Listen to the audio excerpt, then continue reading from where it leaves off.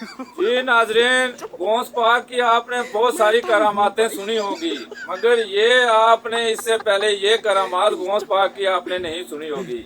ये सुने आप। जब गौस पाक कब्र में गए ना, उन्होंने अपना हुलिया छुपा लिया। आए मुनकर नकीर बता भाई तेरा रब कौन? उन्होंने क्या किया, एक हाथ से एक को पकड़ लिया और दूसरे हाथ को दूसरे को पकड़ लिया। इसके जवाब में बाद में दूंगा, पहले तो मेरे सवाल का जवाब दो। उनको गुस्सा आया कि ये आदमी क्या कर रहा है, अब खींचा हाथ हिला ही नहीं सके।